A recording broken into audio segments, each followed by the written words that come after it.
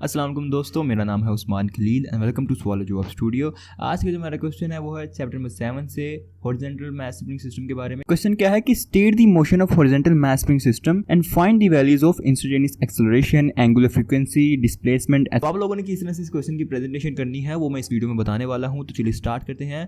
Question number 5 part number A, इसका आप लोगों को पता है। क्वेश्चन नंबर 5 लॉन्ग क्वेश्चन का क्वेश्चन होता है। पार्ट नंबर ए जो थ्योरी का होता है, ठीक है। पार्ट नंबर बी जो होता है वो न्यूमेरिकल को बिलोंग करता है। Horizontal mass spring system, simple आपने हेडिंग देनी है। अब उसके बाद सबसे पहले हमने 2 पॉइंट्स लिखने हैं। 2 पॉइंट्स कहते हैं, पहले पॉइंट में हम बताएंगे कि जो कंसीडर करते हैं mass which is attach with a string, जिसको हमने स्ट्रिंग से अटैच किया है, and the other is attach with a rigid spot. दूसरे पॉइंट में बताते हैं when the mass is displaced from mean position and the release, तो उसकी जो मोशन होती है about mean position is SHM. यहाँ पे पहले ही बता दिया है कि जो उसकी मोशन होती है वो एसएचएम होती है। उसके बाद आपने डायग्राम ड्रॉ करनी है। अब जो 7 चैप्टर की डायग्राम नंबर 7.2 है, फिगर नंबर 7.2, वहां पे डायग्राम बनी हुई है, तो आप लोग वहां से ये देख सकते हैं, ठीक है। बात देखिएगा, यहाँ पे जो एम है, मैस एम वो मैंने ब्लैक से लिखा है। इससे जो लाइनें बनाई हैं वो ब्लैक से, बाकी ऑलमोस्ट सारा ब्लू से ही है, ठीक है। ये आप इस तरह करिएगा। इसके अलावा अगर आपको लगे इससे बेहतर कुछ हो सकता है तो वो आप कर सकते हैं। हमने सबसे पहले जिसकी वैल्यू जिसको ड्राइव करना है वो है instantaneous acceleration. Let at displacement x the restoring force produces acceleration.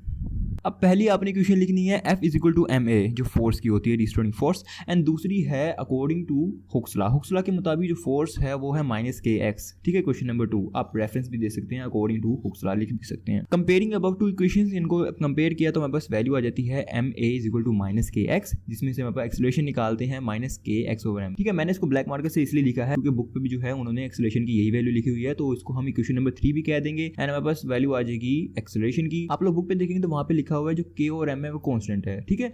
तो वहां पे अगर कांस्टेंट है तो हमारे पास एक्सेलरेशन डायरेक्टली प्रोपोर्शनल है डिस्प्लेसमेंट के। उन्होंने ये रिलेशन नहीं लिखा हुआ, लेकिन ये बात लिखी हुई है जो के और एम है वो कांस्टेंट है। तो हम क्या कर देंगे, हम लिख देंगे a directly proportional to minus x. तो जिस तरह हमने कहा कि जो एक्सेलरेशन है वो डायरेक्टली प्रोपोर्शनल है डिस्प्लेसमेंट के, ठीक है। अब आपने क्या हेडिंग देनी है, आगे आपने लिखना है कंक्लूजन। कंक्लूजन हमने क्या रिजल्ट निकाला है, कंक्लूड क्या किया है कि जो acceleration a is proportional to displacement x and is directly towards mean position, ठीक है। ये पॉइंट था। और एक और पॉइंट था कि मैस एम एग्जीक्यूट एसएचएम, ठीक है। बाद में यहाँ पे थोड़ी छोटी जगह रह गई थी तो इसमें मैंने यहाँ पे ऐसे करके लिख दिया है कि मैस एम एग्जीक्यूट एसएचएम। और अगर आप इसको ज़्यादा तफसील से लिखना चाहें तो आप ऐसे भी कर सकते हैं कि mass m execute SHM between a and a prime with x nought amplitude, ठीक हो गया। आप इसको 2 पॉइंट्स बना सकते हैं कंक्लूजन में। सेकंड चीज़ जो हमने फाइंड करनी है वो है एंगुलर फ्रीक्वेंसी। जिस तरह के हमें पता है, जो ये फार्मूला है हमारे पास एक्सेलरेशन का कि माइनस ओमेगा स्क्वायर एक्स, ठीक है। इसको हम अपनी 4th इक्वेशन कह देंगे।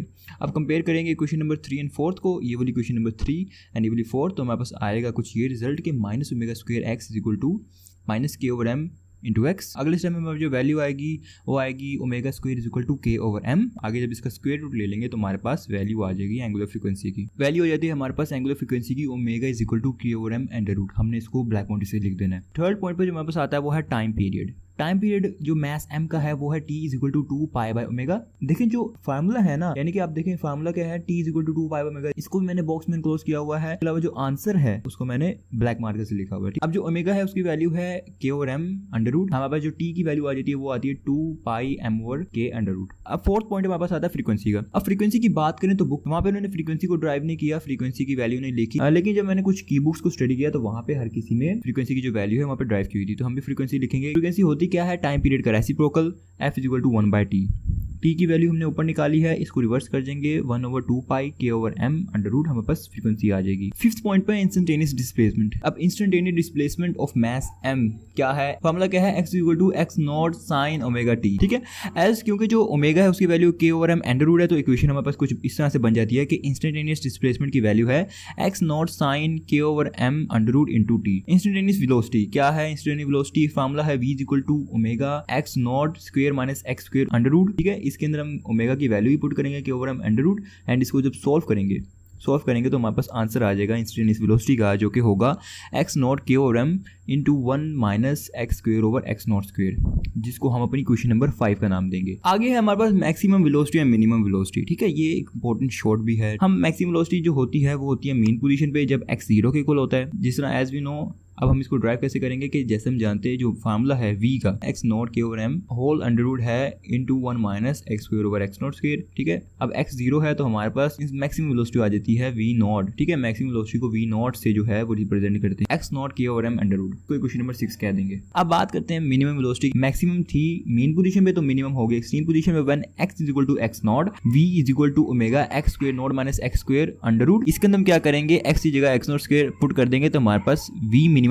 0 आ जाएगी। मिनिमम वेलोसिटी जो है बुक पे नहीं लिखी हुई, बुक पे मैक्सिमम लिखी हुई है। ठीक है, ई बुक्स के ऊपर जब देखा जाए तो वहां पे मिनिमम ड्राइव की हुई है तो हम भी इसको लिखेंगे। ओके, सो आखिरी चीज हम फाइंड करने लगे हैं जो कि है instantaneous velocity in terms of maximum velocity. मैंने किस तरह लिखा है कि v इंस्टेंट, ठीक है, in terms of v not maximum velocity. इसकी एक और हेडिंग हो सकती है कि relation between instantaneous velocity and maximum velocity. ठीक है, जो सी भी आप हेडिंग देना चाहे दे सकते हैं। बाय यूजिंग क्वेश्चन 5 and 6 मैंने जिस तरह कहा था कि हमने इन दोनों इक्वेशन को नाम देना, ये यूज होंगी। कुछ ये वैल्यू आ जाती है जब इसको सोल्व किया जाए v not 1 minus x square over x not square.